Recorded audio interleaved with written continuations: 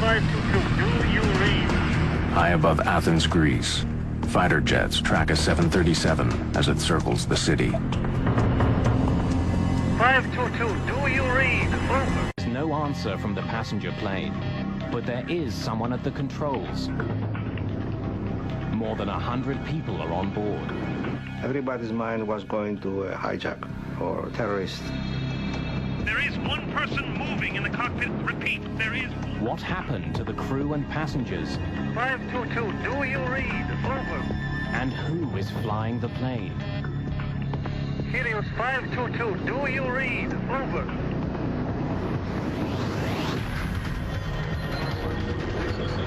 Mayday, mayday.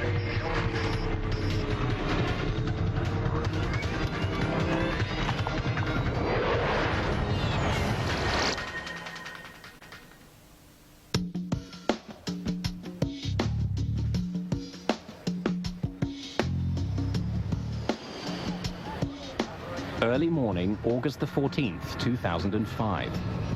The cabin crew of Helios Airways Flight 522 are preparing for their trip from the island of Cyprus to Athens, Greece. Sure is a beautiful day. Maybe I shouldn't have come in. Andreas Prodromou is 25. He isn't supposed to be working today, but he's taken the flight to spend some time with his girlfriend, who also works for Helios. It's the sort of day I'd like to be out flying. Oh, you will, Andreas. Prodromou is a flight attendant now, but he has bigger plans. One day, he wants to fly for Helios.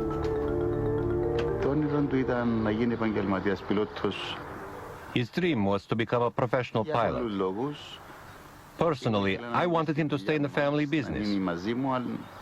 We often talked about this.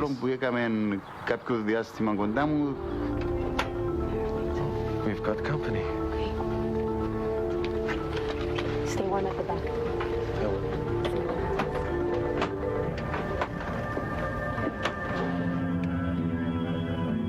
In the cockpit, the flight crew is occupied with the daily routine of preparing their jet for takeoff.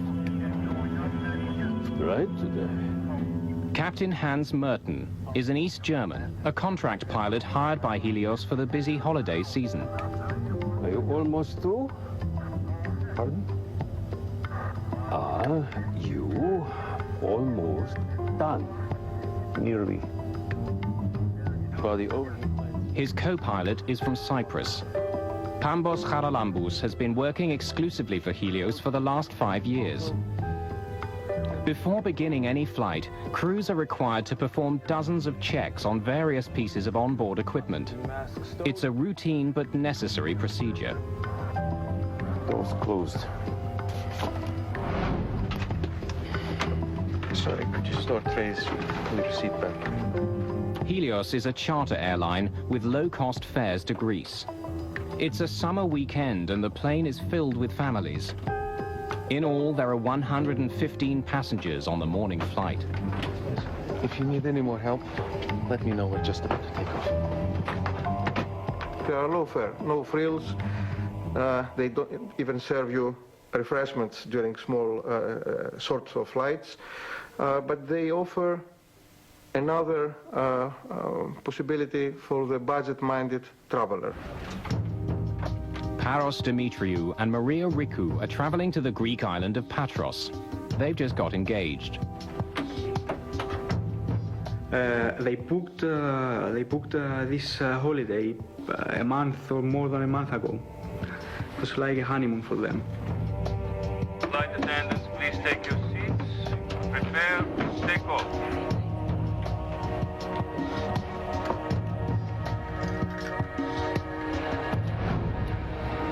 Just a few minutes after 9 in the morning, Helios Airways Flight 522 lifts off into the bright sunshine. Nicosia Area Control, this is Helios 522. Request cruising at 340. Helios 522, you are cleared to climb to 340. Have a good day. Set 340, 340.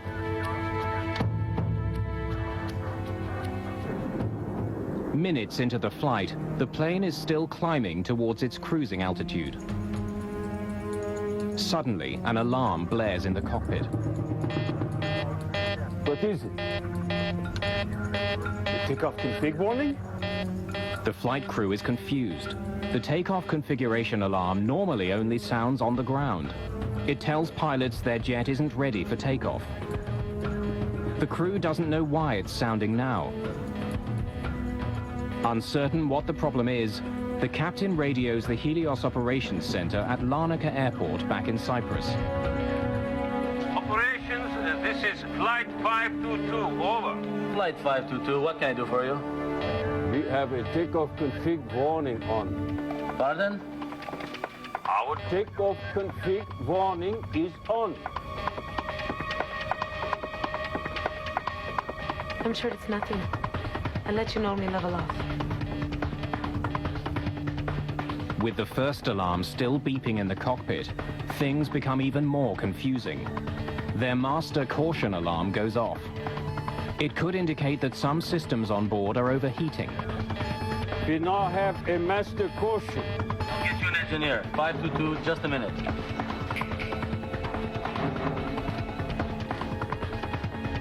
I find him very hard to understand. His accent is quite thick.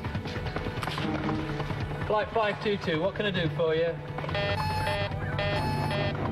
The ventilation cooling fan lights are off. Sorry, can you repeat? While the pilots and ground engineers try to troubleshoot the two alarms, most passengers have no idea there's a problem until... Everyone, stay calm. Please remain seated. Everyone, please put the oxygen masks on completely over your mouth and nose. The protocol was immediately to secure yourself, grab an oxygen mask, stay in your seat. If you can help passengers without getting up, you could help them, and you should help them, but you would not risk the safety of any cabin crew member to go and help a passenger which is 5 or 6 rows further up. Their procedure would be to grab their mask, don it, and wait for the aircraft to level off or commence with a descent. No one in the cabin knows what the problem is. They're waiting for information from the cockpit. The pilots are unaware that the oxygen masks in the cabin have dropped, and they still don't know why their takeoff configuration warning is on, or why their systems are overheating. Both of my equipment cooling lights are off. This is normal. Can you please confirm your problem? But the engineer on the ground is struggling to get a clear picture of what's happening in the air. They are not switched off. Can you confirm that the pressurization panel is set to auto? Where are my equipment cooling circuit breakers? Behind the captain's seat. Can you see them? What's going on? There's something wrong with the electrics on 522. I had something to pick up from operations, so I was there. I figured, oh, not again, one of our problems. So I left. Oh, good luck. The problem doesn't seem serious, but as the plane continues to climb, passengers still haven't received any information from the cockpit. Helios 522, can you see the circuit breakers? And now the engineer on the ground loses contact with the aircraft. Helios 522, can you hear me? It's less than 30 minutes after takeoff, and Flight 522 is still on course. The plane is high above the Mediterranean Sea and headed straight towards Athens. A Helios Airways 737 with 121 people on board is circling in the sky near Athens. Helios 522, can you hear me? Shortly after leaving the island of Cyprus, 2 different alarms had been triggered on the plane. The flight crew was trying to solve the problem with the help of ground engineers. But now radio contact with the plane has been lost. Air traffic control can't get any response from the captain or co-pilot. The flight to Greece normally takes an hour and a half. But the passenger jet has been in the air for over 2 hours, circling in a holding pattern. We heard that there was an airplane which was flying into the Greek territory and had no communication. Everybody's mind was going to a hijack or to terrorists. More than 3 million people live in Athens. A plane slamming into the city could cause an incredible loss of life. This is a runaway aircraft. It's a possible hijacking or it's a possible terrorist act, so let's involve the military. The Greek Air Force scrambles 2 of its most sophisticated fighter jets to investigate the Helios plane. Helios 522, do you read? Over. But the pilots aren't getting any response. One of the jets flies closer to the cockpit. Someone is in the co-pilot's seat, slumped over the controls. But there's no sign of the captain at all. The fighter pilot radios air traffic control in Athens. Athens ACC, there is one figure in the cockpit of Helios 522. He appears non-responsive. Athens ACC, checking the cabin. He can see passengers in their seats, but none of them reacts to the presence of the jet.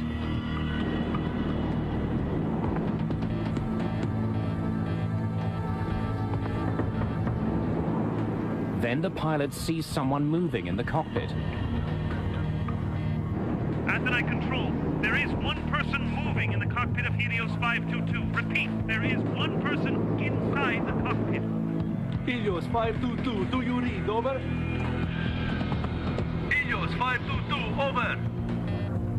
Flight HCY 522, this is Athene radar control. The F-16s continue shadowing the jet, but there's no response at all from the cockpit.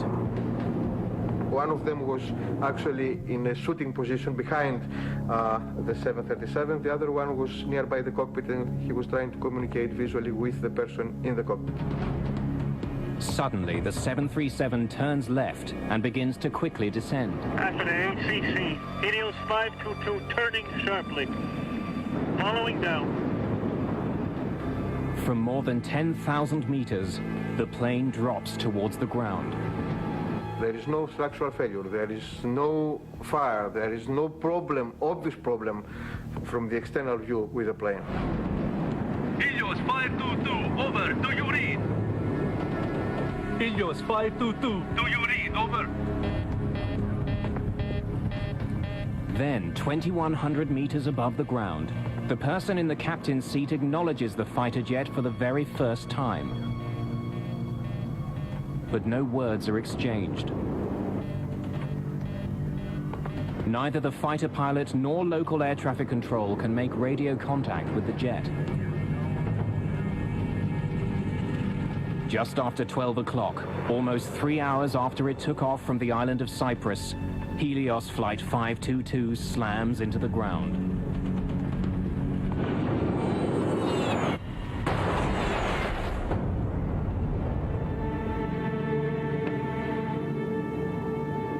Athens ACC, Helios 522 is down. Repeat, Helios 522 is down on Grammatico Hill. Over. Fire and rescue workers rush to the crash site. There are no survivors. Flight attendant Lazaros Temetsian is stunned by what he hears at the company's operations center. It was the most chaotic scene I've ever seen. When I went back, our operations controller said that he'd lost the aircraft and his eyes, he's starting to cry. Helios is a small company with just 3 jets. Members of the cabin crew have been working together for years. For Paul Simeonides, news of the crash is particularly terrifying. He's a flight attendant for the airline, and so is his fiancée. I think that must have been the worst 30 minutes of my life following that first image, because Victoria was flying that morning to Glasgow. I had everyone and his brother, every person we knew was calling me up to find out if I'm alive, if Victoria's alive, what happened, why it happened. At first we said it takes 1 hour and a half to go to Greece, so probably it's not that plane. And it took about 2 or 3 hours later to know that Paris and Maria was on the plane that crashed. Andreas Prodromu's father didn't know his son had been called to fill in on Flight 522. I was told that helios aircraft was lost by radar, and air controllers couldn't contact. I got worried. I called Andreas's phone. He always had it on, and unfortunately, he wouldn't answer. After that phone call, I felt as if the ground was pulled out from under my feet.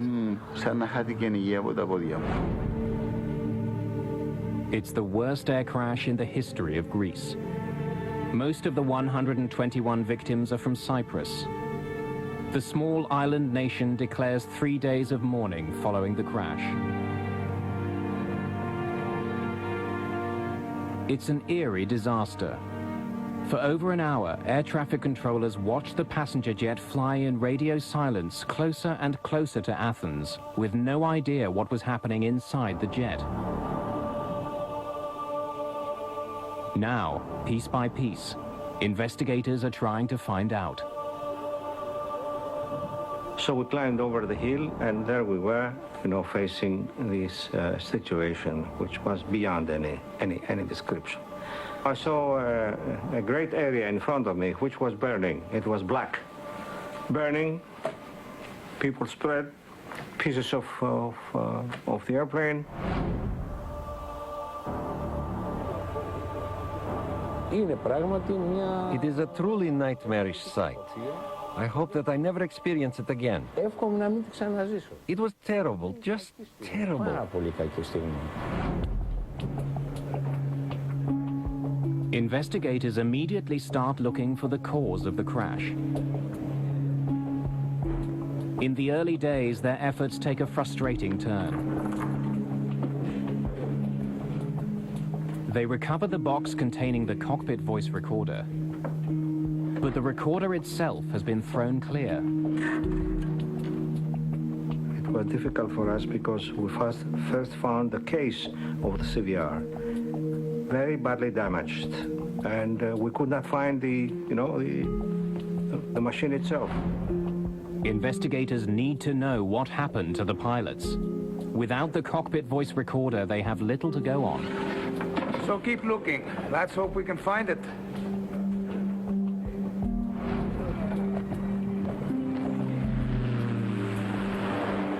Bodies recovered from the wreckage are brought to the offices of Athens' chief coroner. Autopsies add more mystery to the case. Everyone on board the plane was alive at the time of the crash. There were scenarios at the time that they had all died in midair. But the truth, they did not die from inhaling a toxic substance in the airplane or from an explosion. These people died on impact.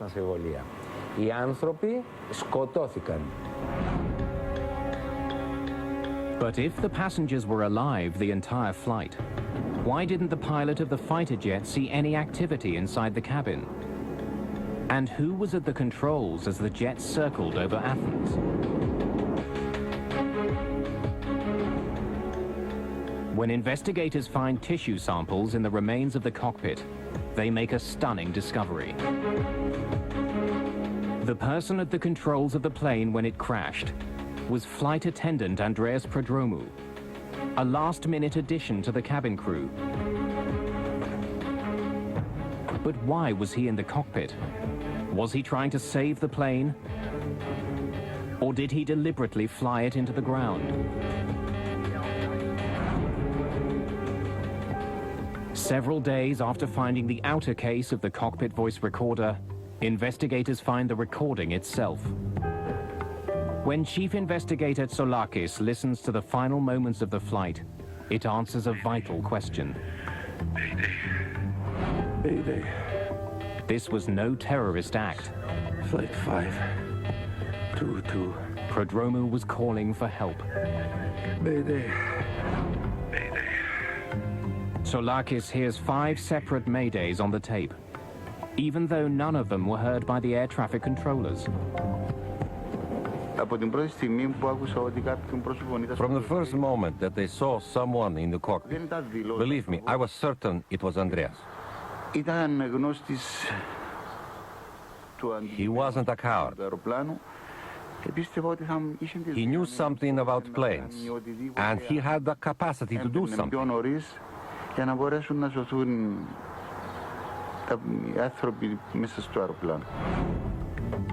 In fact, Prodromou had his commercial pilot's license. It was the first step towards his goal of becoming a captain for Helios. It's the sort of day I'd like to be out flying. Oh, you will, Andreas. But all of his training wouldn't have helped save the jet. When he was seen at the controls, Flight 522 had been in the air for almost 3 hours. And the reason the Helios plane seemed to veer away from the F-16s following it was because its left engine was out of fuel. No matter what caused the alarms to sound, the ultimate reason for the crash was simple. The DFDR and the CDR gave us absolute proof that the plane ran out of fuel. And this was the cause of the crash. Scheduled as a 90-minute flight, the plane didn't have enough fuel to stay in the air for over 3 hours. But why had the plane flown so much longer than it was supposed to? Tsoulakis now knows who was in the cockpit of the plane and why it crashed. But to fully understand the mystery, he needs more information.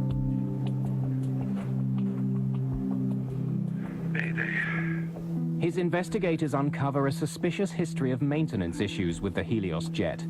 Issues that could help explain what happened on Flight 522. Less than a year before the crash, the same aircraft had suffered a rapid decompression.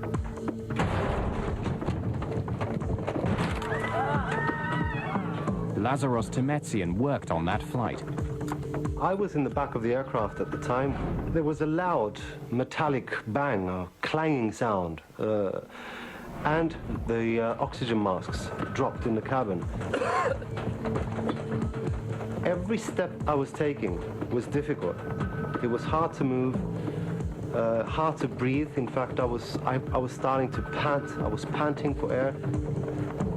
As the plane began an immediate descent to 3,300 meters, all Temetsian could do was remain strapped in and wait.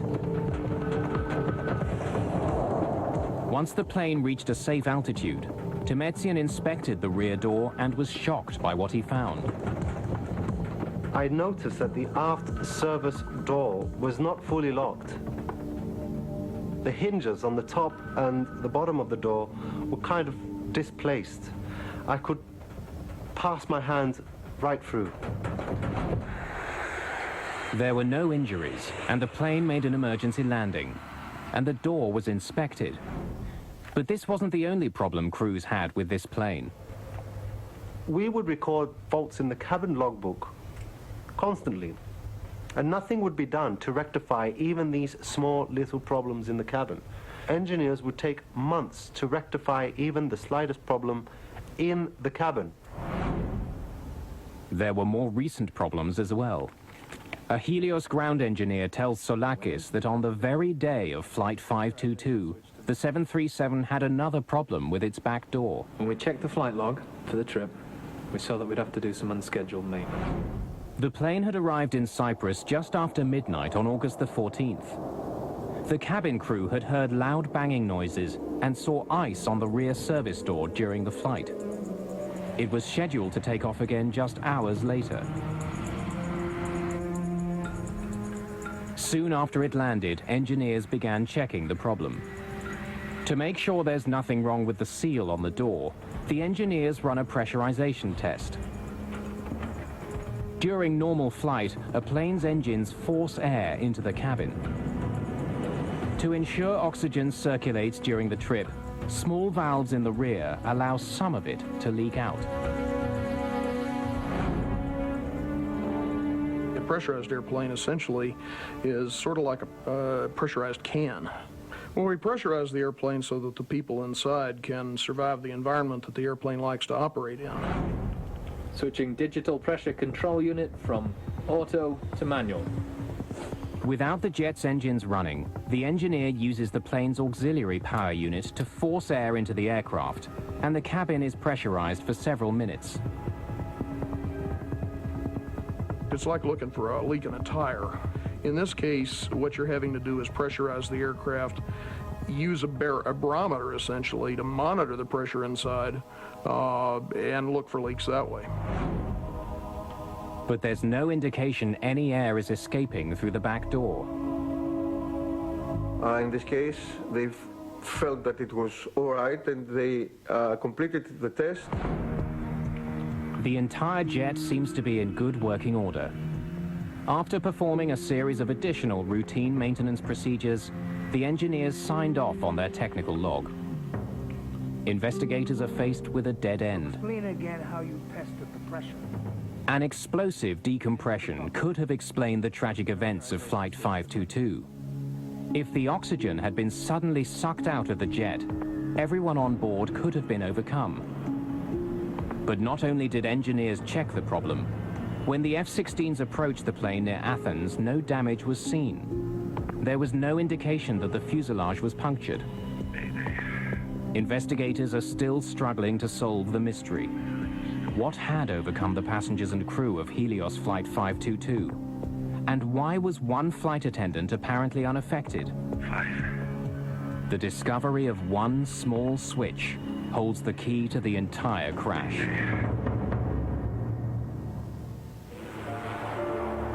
The crash of Helios Flight 522 is one of the most mysterious air disasters ever. Helios 522, do you read, over? All investigators know for sure is that shortly after takeoff, the crew stopped communicating with air traffic controllers. Helios 522, over. Then, after 2.5 hours in the air, one of the plane's flight attendants was seen at the controls. Eventually, the plane ran out of fuel and crashed, killing 121 people. But investigators are stumped. They still don't know what had happened to the plane's captain or the rest of the crew. Tell me about what happened the day of the flight. They concentrate on the conversation between the pilot and the Helios engineer shortly after takeoff. As the plane passed through 3,700 meters, an alarm sounded in the cockpit. Operations, this is Flight 522, over. Flight 522, what can I do for you? We have a takeoff config warning on. Pardon? Our takeoff config warning is on. Usually, the takeoff config warning is only triggered on the runway. But wreckage recovered at the crash site reveals no problems with the plane's flaps, landing gear, or anything else that could trigger the alarm. So why had it sounded? Chief Investigator Akrivos Tsolakis focuses on a small control panel found in the wreckage of the ravaged jet. Are you sure this is the way it was found? It hasn't been moved at all. We were lucky finding this panel which had the switch on the manual position was a major one. The P5 pressurization panel ensures that passengers have enough air to breathe, even at high altitudes. Normally, pressurization takes place automatically. As the jet climbs, its engines force air into the plane as they power it through the sky. But when the pressurization switch is set to manual, both the captain and co-pilot are responsible for maintaining the cabin atmosphere using a controller. So explain again how you tested the pressure. When I went into the cockpit, and turned the pressurization switch to manual. Soulakis learns that during the early morning maintenance check on Helios 522, ground engineers had turned the P5 switch to manual. That allowed them to use the onboard generators to test the pressure seals on the plane's rear door without starting the engines. When the test was over, they didn't turn the switch back to automatic. The procedure of pressurizing the aircraft has to do with setting the pressurization system from auto to manual. They were supposed to return the selector to the auto position.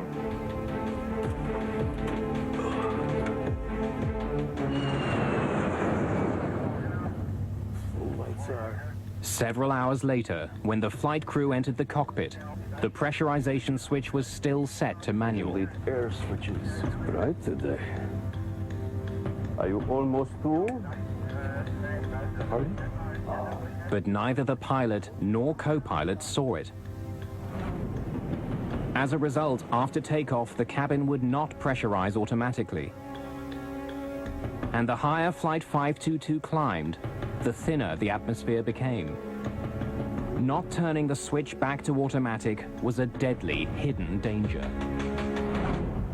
Are you sure this is the way it was found? It hasn't been moved at all. Soulakis believes this panel could be the key to the disaster. Leaving one switch on manual could have led to all the other problems the plane faced. To prove he's right, he takes an unusual step. 4 months after the disaster, he takes an Olympic Airlines 737 on the same route flown by the Helios jet. If he's right about what caused the crash, this plane should react exactly like the doomed airliner did. Are we ready to go? When there is a complicated accident like this, I think a reenactment should be performed. Of course, it's expensive to have a jetliner flying for 3 or 4 hours, but it is worth it if you have to come with some results which benefit to the overall investigation. Make sure the P5 is set to manual.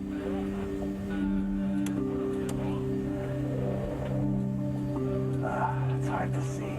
In the cockpit, Soulakis has the crew turn the pressurization switch to manual. A green light indicates it's no longer on automatic. But in the bright glare of an early morning departure, the light is hard to see. As the reenactment flight climbs, oxygen is thinning quickly in the aircraft. The same thing happened on the Helios flight, triggering an alarm. What is it? The takeoff config warning? The alarm sounded, and that alarm was misinterpreted.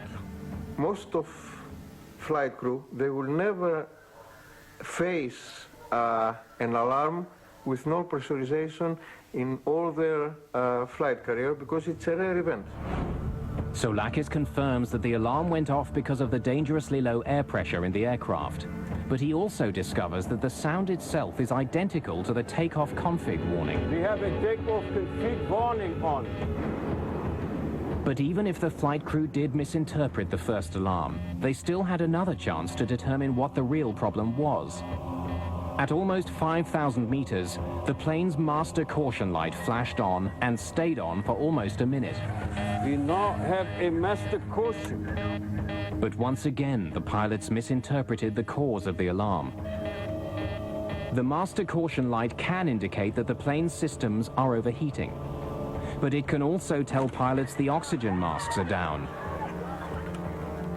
In this case, it was doing both at the same time.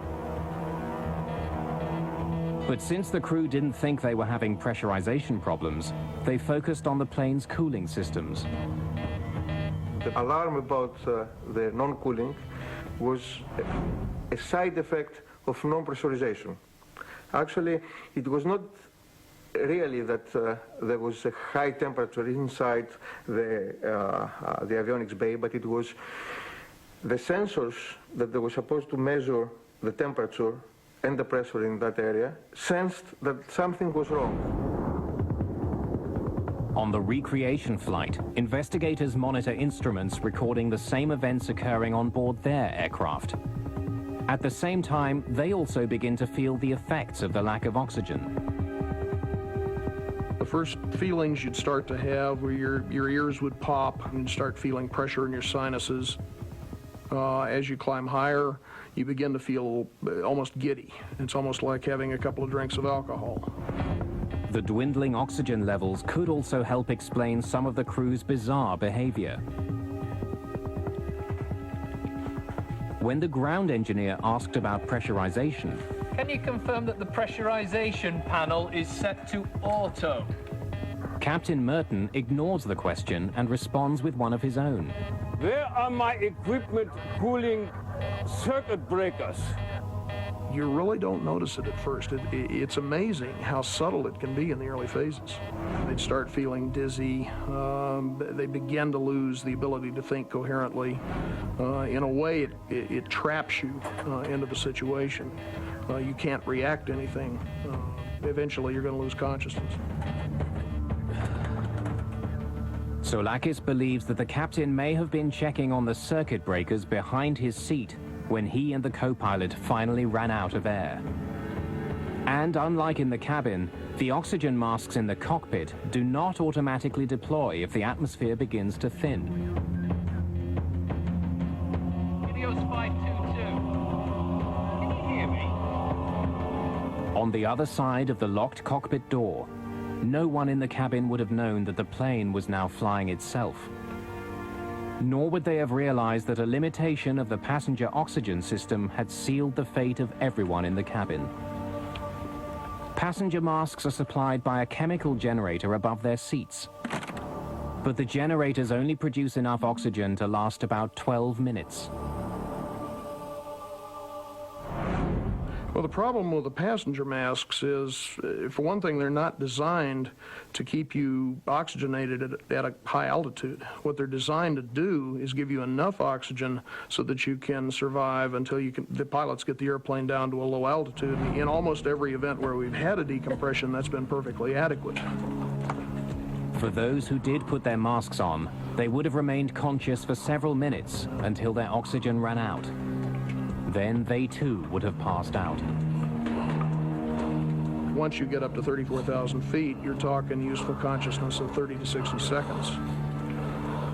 Most of the people, once the hypoxia begins to cause them to lose consciousness, they're just going to go to sleep. Without a flight crew, Helios 522 would have continued to Athens on autopilot. When the crew didn't take control, the autopilot would have put the jet in a holding pattern as it flew over the airport.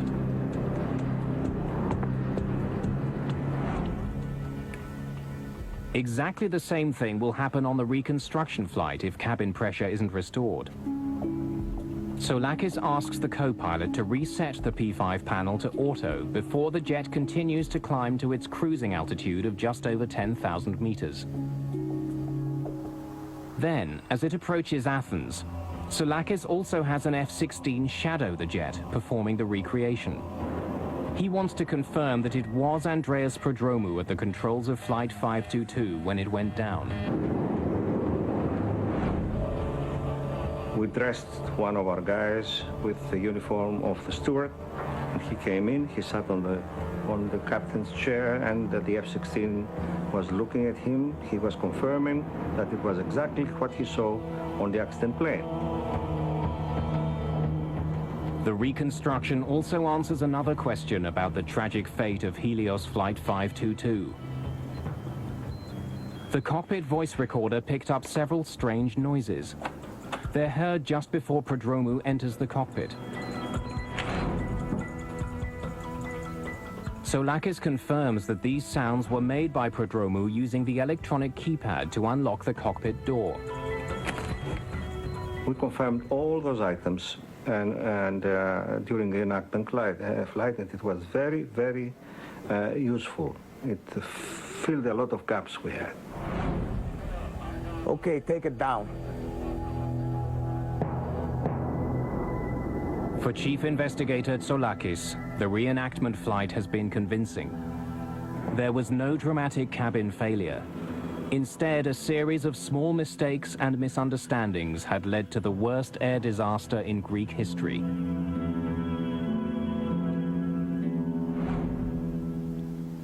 "15 months after the crash, Greek authorities released the official report on Helios Airways Flight 522. But mysteries remain.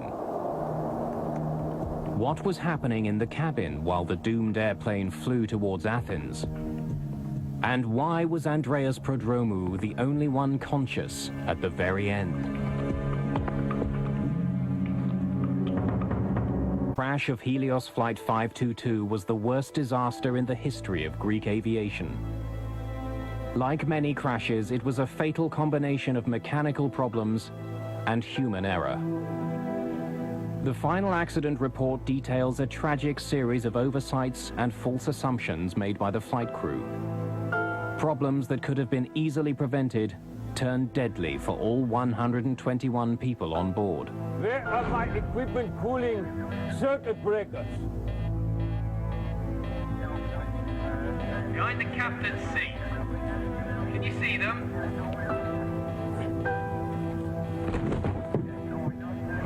But what the final report does not do is explain what happened in the cabin of the plane. What actions did the flight attendants take? And why was Andreas Prodromou still conscious after almost 3 hours? Interviews with Helios safety instructors and crew members paint a tragic picture of what may have occurred. Everyone, please put your masks on. We're not sure what the trouble is, but remain calm and please remain seated. Prodromou was sitting at the back of the cabin. When the oxygen masks fell, he would have waited for instructions from the cockpit. The flight attendants sitting at the front of the plane would have done the same, but none of them would have waited forever. We made it an issue at Helios to emphasize that cabin crew should not entirely depend on their procedures, but to think on their feet and to adapt to any impending situation. In most depressurizations, the plane descends quickly. But as minutes passed on the Helios flight, the plane continued to climb. Unsure of what was going on, Prodromou would have tried to contact the flight crew. Captain Merton. But he gets no response. Can you give us an update, please? Captain Merton. With no word from the cockpit, he would have soon realized that this was not a typical depressurization. When there was no call out from the cockpit and the aircraft didn't start an emergency descent, there was absolutely no protocol. They would be winging it. By now, Prodromou must have felt that something was terribly wrong. But to find out what the problem was, he had to leave his seat.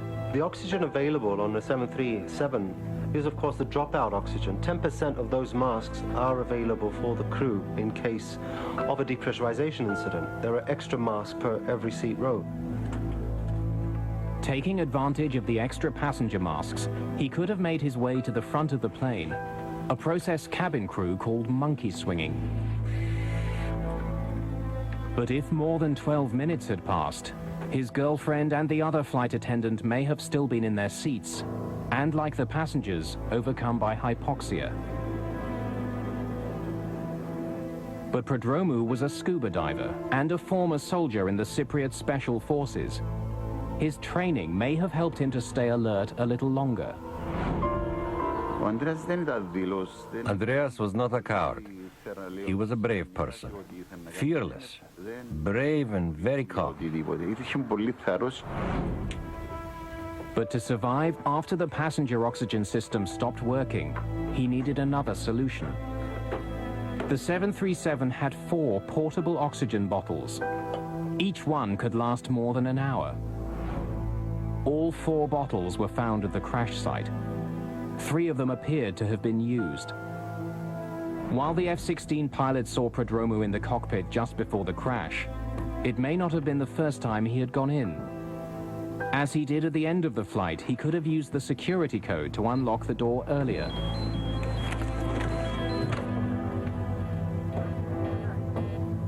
The procedure would be to enter the flight deck via the cockpit door. Initially to bang on the door, and then, if no response is forthcoming, to enter the code and enter the flight deck. During the accident investigation, DNA was discovered on an oxygen mask in the cockpit that matched the co-pilot's. It's possible Prodromou used it to try and revive him. You can still revitalize somebody for quite an extended period of time if you get to them before major brain damage is set in. And that's somewhat a variable situation depending on the person, depending on how long they're exposed to a high altitude. But if he was in the cockpit earlier, why did he leave? No one will ever know. Probably was a little bit disoriented, a little bit confused. He's reacting a lot slower than he normally would. What was his state of mind? What was his physical condition? We think that he knew what was really the problem, but is that the real situation? It's a real question.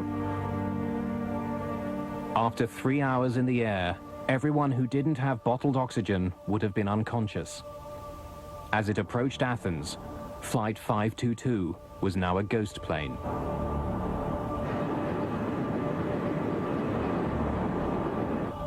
Most of the victims, they probably still had heartbeats when the airplane crashed, but almost certainly were in an irreversible coma.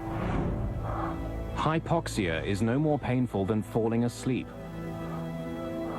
But for Andreas Prodromou, the flight must have been a nightmare.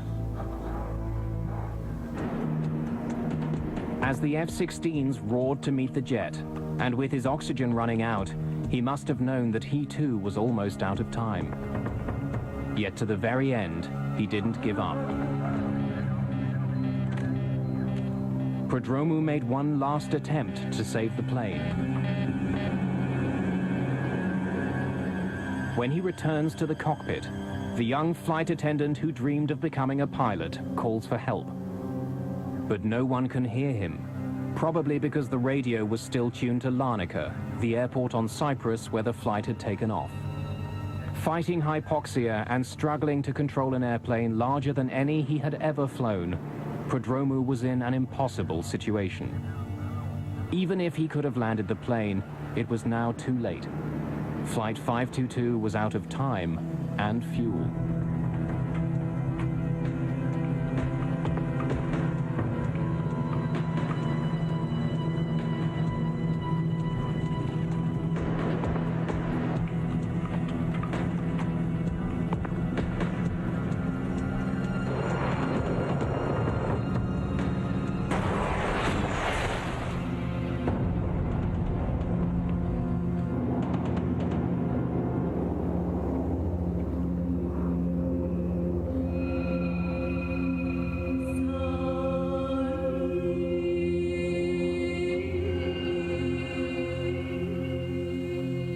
There are pictures of Andreas in Cyprus, in the cemetery where he and his girlfriend Charis are buried side by side.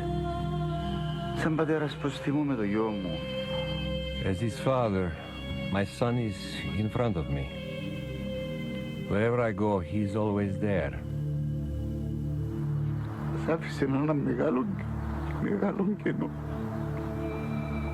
He left a very big gap. We will never get over it. There are pictures in Greece, too. On the hill north of Athens, where Helios Flight 522 crashed, there are faded photographs of many of those who died. Bleached by the brilliant Mediterranean sun, they gaze over the rugged, ancient terrain, silent witnesses to one of the world's most bizarre and tragic airline disasters.